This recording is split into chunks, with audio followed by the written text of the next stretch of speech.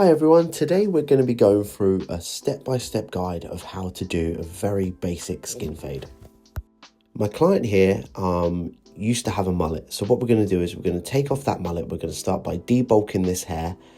So we start with a number 4, just removing the bulk. As you can see, I'm using my point of the upper ridge of the side of the head, and as soon as I'm hitting the upper ridge, you can see I'm moving my thumb backwards and my fingers forwards. What that does is that flicks up that clipper up and over. So what that does is essentially I'm not shaving into the hair, I'm flicking up and out of the hair so we can start that blend and that transition. That is the best way to start a blend, especially if you're debulking. You can see I go just above the occipital bone and I come up and I flick. I'm using my hands just to come up and I flick up and out.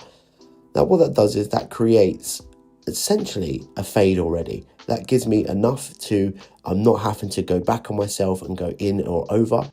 I'm making the work a lot easier for myself when it comes to them next extra steps. So as I say, just come up and then flick out. You can see my flicking motion that I'm constantly doing. A quick tip for, I'm now going to get rid of this bulk on the side of his hair.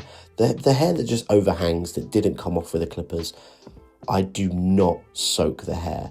I mist the hair to give it a little bit of weight, but not that it's so heavy. And then I pick up, and you can see what I'm doing with my comb is, I'm coming up, I'm pulling out, and then I'm going across. Up, out and across. I'm not going into the hair. As you can see, I'm coming up at a 90-degree angle, always at a 90-degree angle up, and then just straight across like that. Because what that does is then when that sits, that will sit over that. You're not cutting actually into the hair, you're cutting over the hair. So that will sit then flush to the fade. And that's what we want. We want to just start that fade nice and early. Just so when we start putting in our skin line, like we do now, we have a really good base. It's almost like you're cleaning your canvas so you can start your painting properly. Because if I would have started this skin fade with it being so heavy and so dirty, it would have been an absolute mess. It would have been carnage. So I always have the thing of clean your canvas first. Make sure you've got rid of the bulk of the hair to start your fade. It honestly, it's one of the rules that I learned 20 years ago, and I still stick by it today. So as you can see with my fade, I'm just fading below the pivotal ridge of the hair, so where the hair comes out. So then I can start flicking on that fade, and then I'm coming just on, pretty much exactly on the occipital bone. And then I'm curving, getting that curvature around. Because what I didn't want to do is I didn't want this to be a dead pan, flat skin fade all the way around. I want it to have a bit of depth, a bit of like heaviness at the bottom of the hair, so that when we transition the fade, he's got a little bit of hair at the back near the crown. Always leave a little bit longer, so when you're doing the hair, you've got a little bit of the crown, else it just looks too top heavy. And you'll notice where the crown sits, the crown just, if you go too heavy, it almost comes inwards.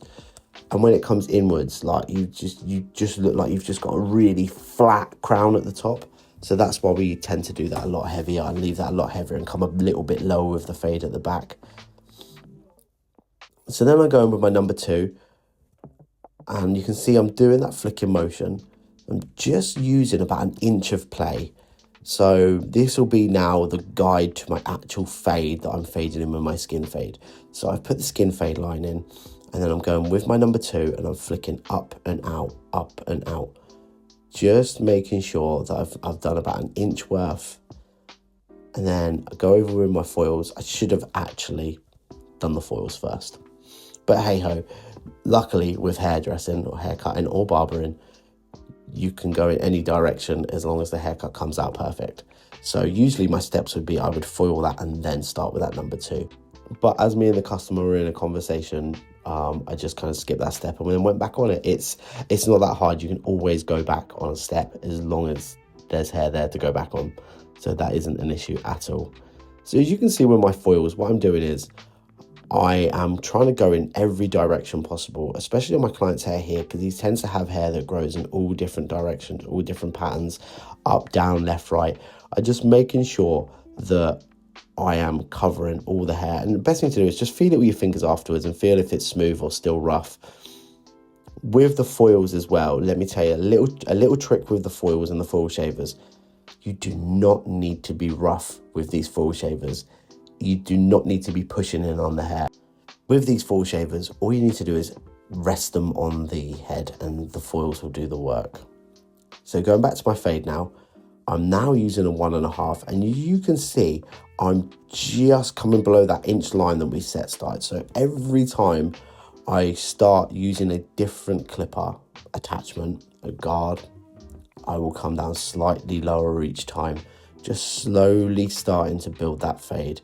So then with my number 1 open, I'm just going to use the corner of it there.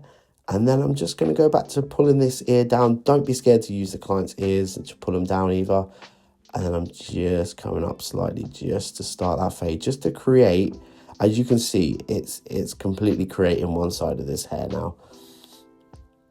And so just going over, just making sure that I've got all the hair, because sometimes you miss some hair, and it's okay to go back over a haircut. This is what I'm trying. You don't want to go too much, but it is okay just to go back as long as you're being safe. Go over a haircut as much as you want.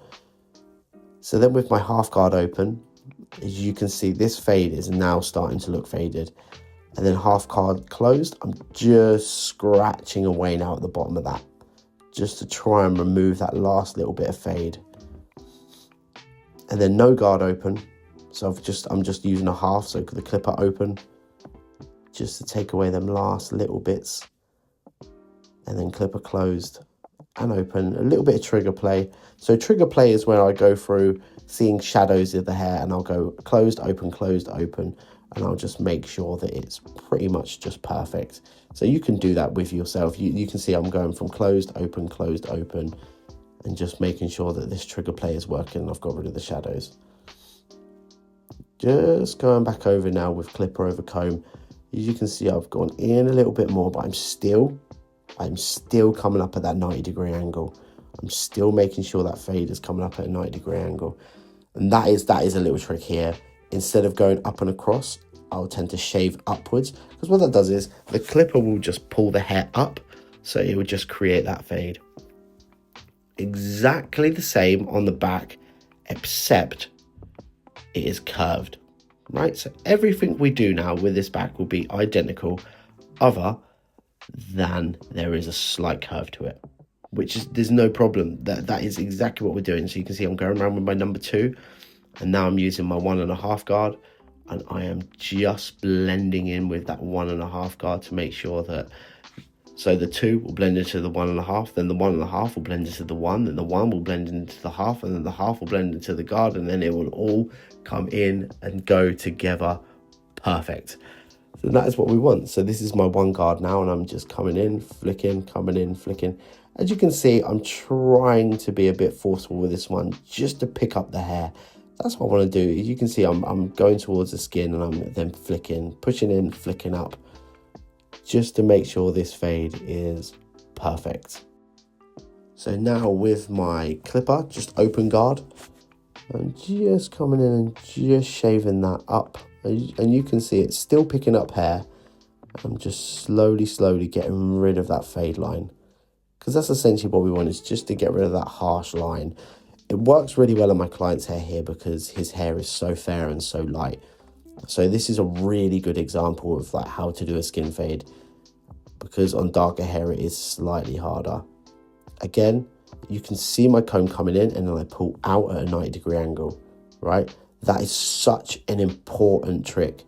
I would say if you're just a beginner barber, I would practice clipper over comb against the wall, right? And I say this, and I do it to my apprentices. I make them practice clipper over comb on a wall, because that gives you a 90-degree kind of adjustment, and you will naturally want to go straight to 90 degrees instead of going into the hair.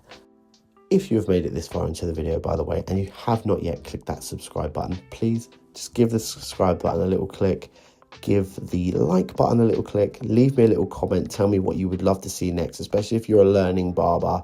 What do you struggle with the most? If you're a barber that's been doing it a long time, what do you find that you struggle with the most out of haircuts? For me personally, it's more, I go like more Oriental Asian hair and some really thick textured Afro hair. Other than that, I've been doing it a long time. I'm kind of used to doing stuff now. So my name is Kieran Price, and if you're new to the channel, just give it a little subscribe.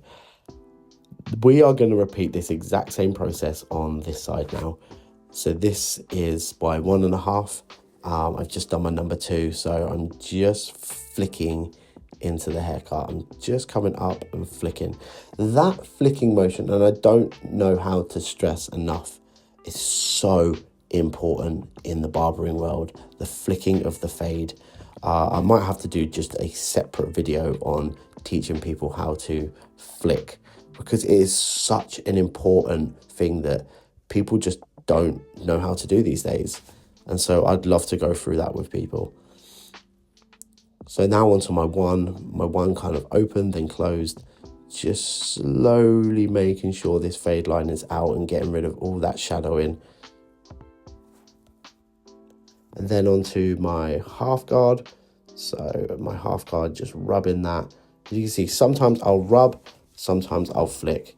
And when it comes to that very bottom line, you'll notice I'm doing a lot more rubbing than I am kind of flicking up and out, because I want to kind of rub away the line like an eraser. Now this here, as you can see, the 90-degree angle, coming up 90 degrees, up 90 degrees, and just finishing off that fade. Just making sure that this fade is nice and clean and ready for the customer to go out and be happy with. I had a few people in the comments ask me where I got this comb from. This comb genuinely was, I think, a Temu comb. So I've got 2 different types of combs. I use my Osmo comb, which is my darker comb. I don't know if you can actually get that anymore. It was an Osmo fade comb, and I've had it for years and years and years. And then I use the white fading comb, which I got from Temu, which was, I think, for a pack of 5, like £1.50. So onto the top, onto starting now cutting the hair.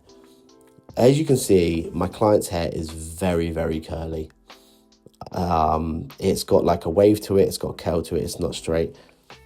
If you're new to this channel, I like to cut curls straight. I like to club cut them, as I call it personally. So I will do a straight cut on curls, because I find if you chip into curls, it will give them too much texture and it will make them just go absolutely wild. You want curls to be sitting more natural. So as you can see, taking off 1 inch. And if you're struggling, that is your guideline right there. Right, if you're learning to cut hair, if you're learning to use scissor work, I pull up, I pull the hair backwards, I can see my guideline, and then I cut again. So coming up and into the hair, pull that hair up, flick that hair back, see where my guideline is, and then I cut. And I do that throughout this whole haircut. And you should do that with every haircut. You pull up, you pull in, you see your guideline, and then you cut. I know a lot of people these days love skin fades and they're very good at skin fades, but then their scissor work is not so great. I was a hairdresser before I was a barber, so actually my scissor work come first before I even picked up a pair of clippers. I was already cutting women's hair, and I was taking off length, I was cutting in bobs. So I had done a lot of scissor work before I'd even picked up a pair of clippers. So I think my scissor work is quite good. As you'll notice when I come over to the sides, I actually come at more of about a 50-degree angle, 50 to 45-degree angle, because what I want to do is I want to start blending that into the sides. I don't want to pick that up at a 90-degree angle and it be dead straight on the top. I want the curvature of the head to sit with the hair. So you can see I'm coming at a slight angle when I'm cutting the sides, because I want the sides to sit into that fade. I want them to sit nice and comfortably into that fade. And then we cross check. And if you're good enough at scissor cutting, you'll realize, bang, that's fine. You know, I don't need to recut this and cross check it, because actually it's fine. There will be bits in the haircut, I think like now, that I just go, oh, do you know what? I'll just take off that little tiny bit there. Bump. There we go. And that's always the reason why we cross check haircuts, just for them little tiny bits that we want to be taking off. Other than that, my cross-checking's fine. Going on to the fringe. Now, extra careful if you are cutting a curly fringe. I can't stress this enough.